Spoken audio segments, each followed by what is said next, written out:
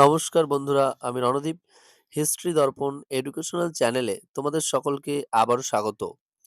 আজ আমাদের আলোচনার মূল টপিক হলো, তোমরা যারা এবছর অর্থাৎ মাধ্যমিকে পড়ছো, 2027 সালে মাধ্যমিক পরীক্ষা দেবে, তোমাদের চতুর্থ অধ্যায় থেকে ইতিহাসের কি ধরনের প্রশ্ন পড়তে হবে গুরুত্বপূর্ণ 4 নাম্বারের, সে প্রশ্নগুলো সম্পর্কে আজকে আলোচনা করব। দেখো, পূর্ববর্তী ভিডিওগুলোতে আমি কিন্তু তোমাদের প্রথম অধ্যায়, দ্বিতীয় অধ্যায় এবং তৃতীয় অধ্যায়, এই 3টি অধ্যায় থেকে কিন্তু কি ধরনের 4 নাম্বারের প্রশ্ন পড়তে হবে আলোচনা করেছি।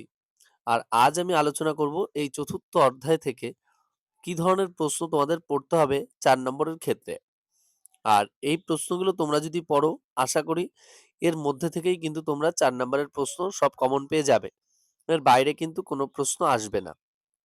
তাহলে চলো শুরু করা যাক গুরুত্বপূর্ণ প্রশ্নগুলো। তবে তার আগে একটু বলি, তোমরা যারা চ্যানেলে নতুন আছো অবশ্যই কিন্তু চ্যানেলটিকে সাবস্ক্রাইব করে নোটিফিকেশন অন করে রেখো এবং বন্ধু-বান্ধবদের মাঝেও কিন্তু শেয়ার করতে একদম ভুলো না। তাহলে চলো শুরু করা যাক। প্রথম প্রশ্ন, 1857 সালের মহাবিদ্রোহকে কি সামন্ত বিদ্রোহ বলা যেতে পারে? আলোচনা করো। নেক্সট, মহারানীর ঘোষণাপত্র 1858 সাল, তার তাৎপর্য বিশ্লেষণ করো। নেক্সট, হিন্দু মেলা প্রতিষ্ঠার উদ্দেশ্য কি ছিল? নেক্সট, ভারত সভার প্রতিষ্ঠা ও বিকাশে সুরেন্দ্রনাথ বন্দ্যোপাধ্যায়ের ভূমিকা বিশ্লেষণ করো। নেক্সট, 1857 সালে বিদ্রোহের প্রতি শিক্ষিত বাঙালি সমাজের মনোভাব কি ছিল ব্যক্ত করো। নেক্সট, গোরা উপন্যাসে রবীন্দ্রনাথ ঠাকুর কিভাবে মানবতার জয়গান ফুটিয়ে তুলেছিলেন সে সম্পর্কে আলোচনা করো।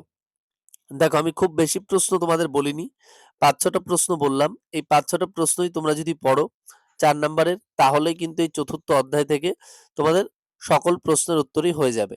আর এই প্রশ্নগুলো করলেই কিন্তু তোমাদের আর কোনো প্রশ্নের উত্তর করতে হবে না। অর্থাৎ এই 5-6টা প্রশ্ন পড়লেই 4 নাম্বারের জন্য চতুর্থ অধ্যায়ের যথেষ্ট।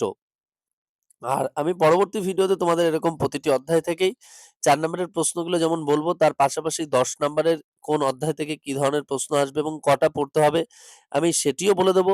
এবং তার পাশাপাশি আমি তোমাদের 2 নম্বরের প্রশ্ন এবং 1 নম্বরের প্রশ্ন সম্পর্কেও কিন্তু আলোচনা করে দেব। তার পাশাপাশি পরীক্ষায় কিভাবে প্রেজেন্টেশন করতে হবে, কিভাবে লিখলে তোমরা অনেক বেশি নাম্বার পাবে, সে ধরনের বিভিন্ন পদ্ধতি বা নিয়ম কানুন বা কায়দা, সেগুলো বা কৌশল, সেগুলোও কিন্তু আমি তোমাদের সাথে আলোচনা করব। আর আরেকটু বলি যে, তোমরা যারা নতুন আছো অবশ্যই কিন্তু চ্যানেলটিকে সাবস্ক্রাইব করার পাশাপাশি তোমাদের যার যে ধরনের যদি কোনো সমস্যা থাকে বা যদি কোনো কোয়েরি থাকে, অবশ্যই তাহলে কমেন্ট বক্সে কমেন্ট করে জানাবে। আমরা চেষ্টা করব তোমাদের সেই সমস্যাটির সম্পূর্ণ সমাধান করতে। আর ভিডিওটি সম্পূর্ণ দেখার জন্য তোমাদের সকলকে অসংখ্য ধন্যবাদ। দেখা হচ্ছে পরবর্তী ভিডিওতে।